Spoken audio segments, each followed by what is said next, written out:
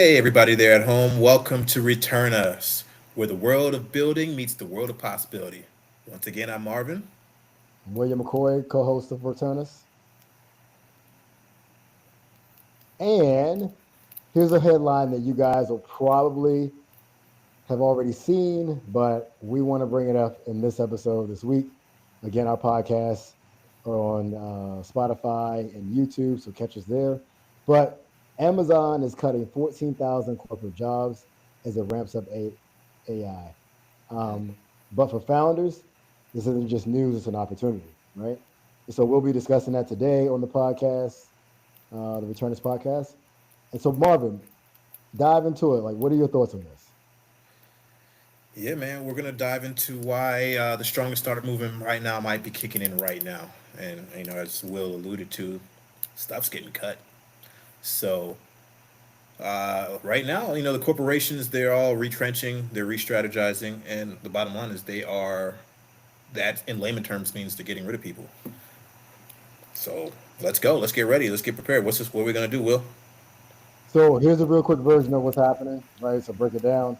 Right now, Amazon announced that it's cutting about 14,000 corporate roles, roughly 4% of the corporate workforce.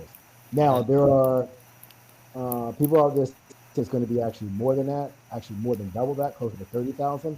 But for right now, the number that is out there right now is 14,000 jobs. Their explanation: they're doubling down on AI. We hear AI every single where we go, Yeah. everywhere from our toaster to our TVs to our cars to anything that we have right now. The word is AI. And the reason why that is happening is because these corporations are trying to be more efficient, cost Yeah. cutting, shifting resources towards the biggest bets, which is AI. The other reason why, and let's be clear about it, they've invested already billions of dollars into this AI, these AI systems. And so they got to start making them count. They got to start getting a return on their investment, just like anybody else. And so that's why you see these things happening. But what do you think is going to happen with this AI? Well, at this point, it's no longer a theory. It's no longer an experiment. Companies, institutions are revving these things up. They are implementing them at scale. So it's not just a thought anymore. It's a lever. So a quote from Amazon taken from Fast.com says that generative AI is the most transformative technology we've seen since the internet. Let's let that sink in for a second. We understand the scale and the capacity of the internet, especially over the last 20 years. So Amazon.com, this the world's second largest employer, is clearly saying that this is the most transformative technology they've seen. So if a company the scale of Amazon sees humans being replaced by tech, we can only just reason that that's gonna trickle across the market. So that's kind of why we have to ask ourselves the great question: what does that mean as a founder? That's a great point. The CEO Andy Jassy said in June. This was in June that we need fewer people doing some of the jobs that are being done today, and more people doing other types of jobs. But that means that right now the old job ladder is wobbling. The predictability of corporate roles is shifting. And this means that potentially you as a founder, you could be climbing a different ladder. If your mindset has been on potentially establishing your own business, then this might be definitely the time to start looking at it because as you can see, even the biggest employers out there are starting to cut people because of AI. Right, scary, really. But all is not lost. We just have to unpack it a little bit. So let's re double down on why it's a founder led moment right now in history. Primarily it's because as the market opportunity expands and the big players are switching their strategy, it's going to create legacy open gaps. You have to customers are going to get less attentions, and what that's going to do is it's going to create new niches in the market. So, secondly, you got to take a look at cost structure reset. As AI drives down the cost of building and servicing goods, that creates an opportunity for founders. They can launch leaner teams, faster iterations. There's always going to be a ripple effect, but you can always capitalize off of that ripple effect. And then third, you're going to look at attention and talent redirection. So, as things get shaken up by the loss of manpower or the redirection of manpower, talent becomes available, audience have a sense of uncertainty in old institutions. And what that does is now they're going to start to lean towards the new normal. They're going to lean to new brands. They're going to be thinking about new solutions. And anytime there's a need for a solution, that's a great market for a founder. And then there's the narrative resonance. People are chasing meaningful purpose. People are chasing purpose right now because the agency and security is not there like it used to be. So right now, if you build something that speaks to their needs, you gain the edge. So the big players cutting jobs right now, to your point, Marvin, is an opportunity. And that opportunity doesn't necessarily mean collapse. Society is not going to collapse because of AI, Right. but it is transitioning, right? And that Yep. transitioning can equal opportunity. And what AI can do for founders right now is that it can level the opportunities out there. There are a lot of people who are not paying attention to AI right this minute. And so you, as a diverse founder, or anybody as a diverse founder, or somebody who's thinking about business and technology in the future, should be considering that when there's chaos, there's opportunity there. And that Right. opportunity right now is that AI is leveling the playing field as this transition happens. Most definitely. Most definitely. Well said. So, for founders, the question right now isn't will I find a job, but it's more like will I build something that makes jobs irrelevant?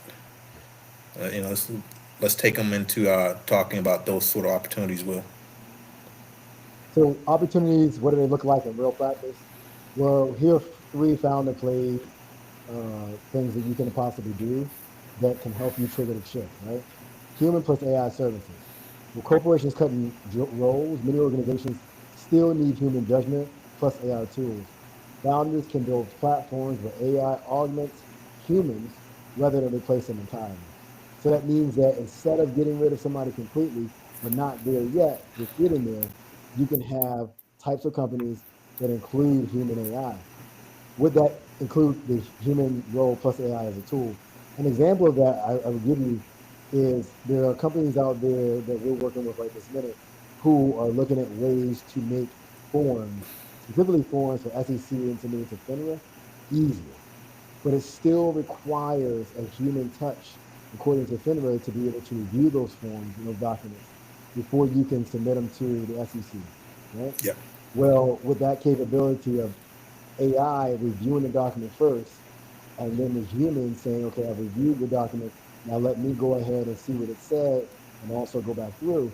It can speed up time that it typically takes to get these forms over to an entity like FINRA. So that's an example of something that someone can do great. Undeserved talent markets, right? When big firms cut, many capable talents fall out of the system. Founders can build, train, matching, upskilling platforms tailored for this displaced workforce.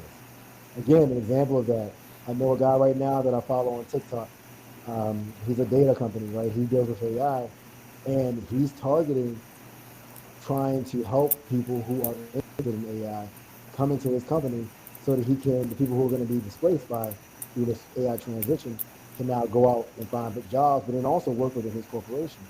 So this is opportunities for you as a founder. If you're thinking about going out there and starting a business, you can build platforms and with AI included in the system, help your workforce transition into the future. Whereas other companies are still hanging on to the legacy way of teaching their employees about things that are happening right then in that moment. You can build your company and your employee and your workforce with AI with the future. And then Amen. finally, niche enterprise workflows, right? As AI automates the core of companies, many peripheral workflows are overlooked. Founders can build AI adjacent tools for subject verticals. Things like logistics, AR, HR, and operations are examples of this, right? Where big players don't go deep, you can go deep into these areas with your AI tools that are adjacent to these systems and people and make them more suited for specific or targeted markets, those niche markets. Right on, man. Well, it's time to think different. This is the new way of being. And you got to remember one thing: you don't beat the incumbents by mimicking them. You beat them by operating in their blind spots. All right, you're not gonna You're not going to out Amazon by doing what Amazon does, right? So it's time to rethink how we operate. And right now, it's we don't need anybody's permission to do anything we want to do at this point, right? The world, the U.S., whatever you want to call it, has shown us how they feel about us, right? So don't wait for anybody's permission to go out there and do these things. Go out there and do them. There's nothing to lose at this point, right?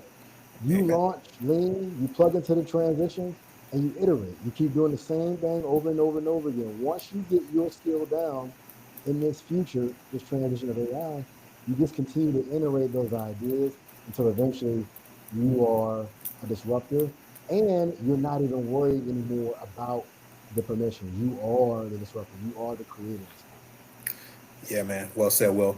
And listen, this wouldn't be the return episode unless we gave you a tactical playbook. Was so I hope you got your pens and pads ready out there. And so here's the founder's playbook because let's bring it full circle. Now's a great time to be a founder. We elaborate on why, we elaborate on the market, we elaborate what's going on with Amazon, and best believe it's not going to just stop with Amazon. So, one, remember, choose your niche. Pick an area impacted by AI layoffs or automation. Think AR, HR processes, corporate training, knowledge, and work pipelines. Those things aren't going anywhere. They still going to need to be implemented. Number two, build your minimal viable product. And it's never been easier. You have all sorts of AI tools that allow you to do that. You have no code programs. You can get a prototype and MVP out quicker than ever in history, and get the version that resolves best and solves real pain points. Step three, tap the freelancers and talents from big collections. Hire and partner with people whose jobs are being disrupted. They bring dominant insight. They're bringing immediate retention of the old ways of doing things, but they're also going to be able to leverage that experience into the new way of doing things. It's a win-win. It's a bridge. All right. Step four, you want to launch a community. You want to launch a community. And we talk about this at length all the time. So you need early backers. You got to build a trusted audience. Of course, you have to give them value, and you have to connect with users who feel their disruption. Empathy goes a long way. It's not always business. A lot of times is about solving a need, and a need sometimes cause pain, and be empathetic to that and help your community to resolve those.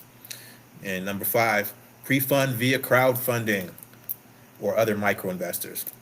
So that's another reason why your community is going to be important because as you use your community as early investors, I'm sorry, as you work with your community as early investors and you align with them, you can definitely help scale and grow your mission and your product, and it brings value, and it's a win-win for everybody. So if AI is cutting jobs, your company, your startup, your business should be creating ownership. Ownership for not just you, but your team, but also your people, right? It's time for us to start promoting our people. It's time for us to create ownership for our people. It's time for us to create leadership amongst our people. And your company could be the type of company that creates that leadership and the generational impact to a group of people as well. I love it. Well, that's definitely true. Folks, and I know you're thinking, I don't have, just stay lean. Just stay lean. The world is moving fast. Speed matters more than polish at this stage. So just, again, focus on the minimal viable product, stay lean, stay agile, and, you can always expand from there. Right, Will? So let's break it down into like a really micro success. Like you're absolutely right, right? Stay lean. Here's an example of this. Somebody working in the corporate world, hopefully before they get laid off, but if they do get laid off, right, see some knowledge-based redundancies happening. They build an AI-driven tool using Chat GTP or Perplexity out there is another great one to use. They put this information into the AI tool. It then goes ahead and creates a library of information for people to be able to use. Then they launch that system on a crowdfunding platform along with their idea, along with how it's going to create something that people need or do a service that people need. 300 backers come in and back them. 12 months later, they go back and grab other corporate clients with their product, and now they're off to the races. That's a real example, right? That's what Hmm. we're talking about. For sure. And that's not remote fiction. That's today's opportunity, folks. Yeah. So, if you stay lean, you'll lean right into disruption, and you can make some money. But let's recap. We talked about a lot today, and I hope it's benefiting you. So, here, I want you to do us a personal favor. Here's what I want you to do. I want you to go to Karuti.com and just check out how we're working with founders who are doing exactly what we're talking about. They're disrupting, they're building, they're founding, and we're building in frontiers and time zones all across the United States and Africa, and we're aligning mission with capital. We're making things happen, and so are they. And let's just be clear about Karuti right this minute. We're still, I don't know by the time you guys get this one where we'll be, but the ideas that you see on there right now are going to be ideas that are upcoming. They're real founders, but they're founders that we can't actually show them as founders yet because we're still waiting on our registration with SEC Offender. But what you can do is you can also go to returnus.com, look at some of our old episodes about things coming up, get your ideas generated, right? We even have now a new pitch competition in there. You can pitch your idea within 5 minutes. Every single week, we're going to be giving people $100 just for pitching for 5 minutes. Right? Your company could be one of those companies that you choose. Get $100, get you started. Right? Now I know it's not a great amount of money, but at least it shows that you can win, and then you can take that idea and iterate it as we start to release the platform, the crowdfunding platform that we have coming up. So we really appreciate you guys following us on here. Any other words with Marvin? No, this has just been another edition of Return Us. Again, go to Karuti.com. Always remember one thing, don't wait for the future, found it. Hope to see you all again soon. I'm Marvin. Will, take care. Take care out there.